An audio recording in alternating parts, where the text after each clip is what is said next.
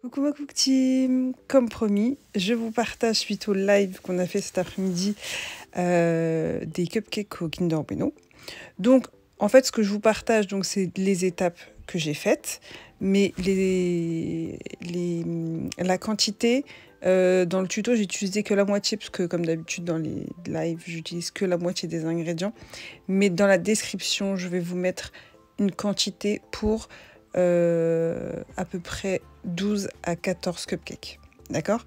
En fait, le plus important, c'est de connaître les étapes.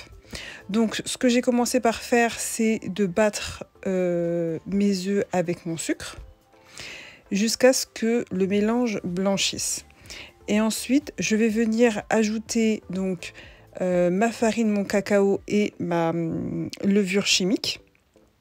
Et ce que je fais, c'est que pendant que je mélange les ingrédients liquides avec le solide, c'est que je vais mettre mon beurre à fondre dans le micro-ondes.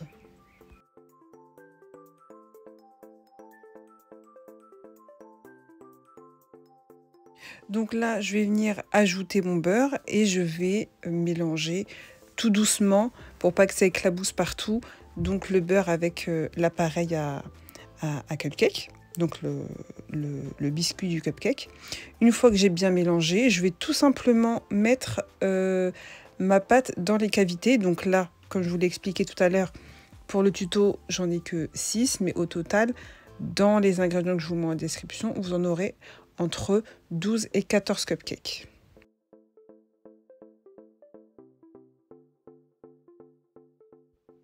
Donc maintenant, je vais mettre mes caissettes dans un moule en fer. Alors de préférence, celui en fer, il est mieux que celui en silicone et j'ai pris à Action.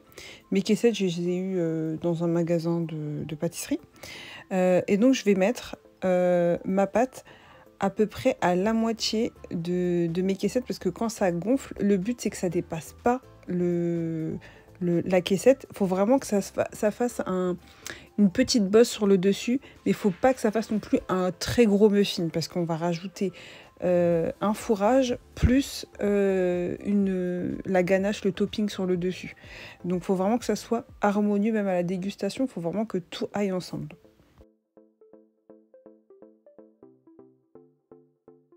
Donc une fois que j'ai terminé de remplir mes petites caissettes, je vais mettre en cuisson à 180 degrés pendant 20 à 23 minutes selon les fours.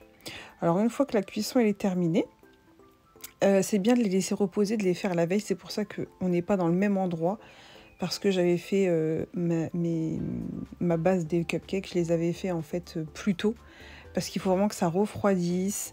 Il faut que ça soit bien moelleux et c'est mieux, je vous conseille de le faire la veille.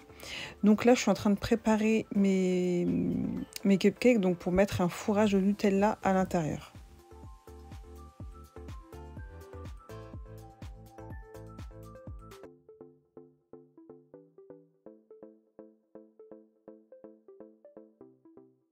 Donc maintenant, on va passer au topping. Alors, donc je vais mettre ma mascarpone avec du Nutella. Je mets pas de sucre, je mets rien d'autre. C'est vraiment que de la mascarpone avec du Nutella que je vais mettre en topping sur mes cupcakes.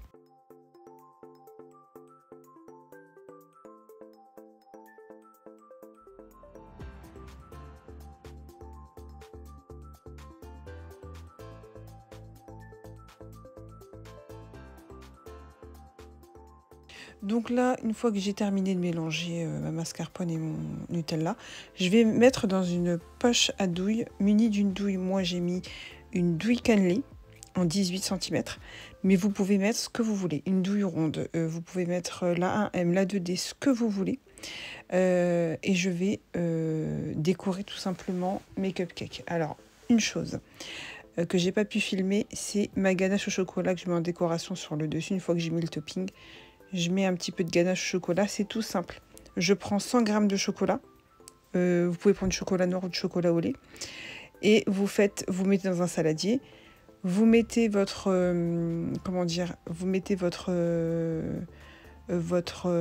crème liquide, donc 100 g de crème liquide, mais vous inquiétez pas, je remets dans la description les ingrédients.